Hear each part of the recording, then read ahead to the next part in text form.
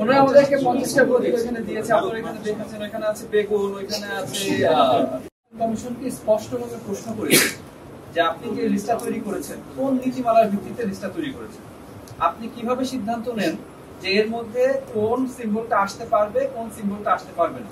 একটা ক্রাইটেরিয়া থাকতে হবে, একটা নীতিমালা থাকতে হবে, যে নীতিমালা বলে দিবে যে কোন সিম্বলটা একটা পলিটিক্যাল পার্টিকে দেয়া যাবে কোন সিম্বলটা দেয়া যাবে না।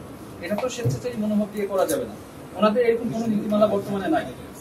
একটা সাংবিধানিক প্রতিষ্ঠান একটা নীতিমালা ছাড়া সকালবেলা ঘুম থেকে উঠে সিদ্ধান্ত নিচ্ছে কোন সিম্বলটা আমি কোন পলিটিক্যাল পার্টিতে দিব, এবং সবচেয়ে ভয়ঙ্কর যেটা ওনারা বলছে এটা আমাদের উপরে চাপিয়ে দিবেন।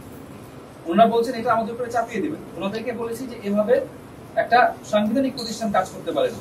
আপনাদেরকে স্পষ্ট নীতিমালা দিতে হবে, যে নীতিমালা বলবে কোন সিম্বলটা পলিটিক্যাল পার্টি নিতে পারবে কোন সিম্বলটা নিতে পারবে না। সেই নীতিমালা না পাওয়া পর্যন্ত আমরা এই জিনিসটা শুরু হওয়ার দিকে যাচ্ছি।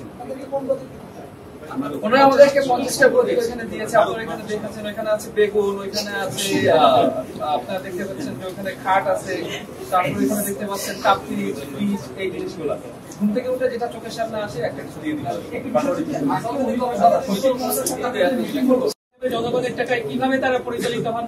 তারা কি এভাবে মধ্যযুগীয় কায়দায় চলবেন নাকি তারা একটি আইন অনুযায়ী তারা চলবে? এটি কিন্তু তাদেরকেই জনগণের কাছে স্পষ্ট করতে হবে, অথবা তাদের যে সক্ষমতা সেটা নিয়ে প্রশ্ন উঠবে।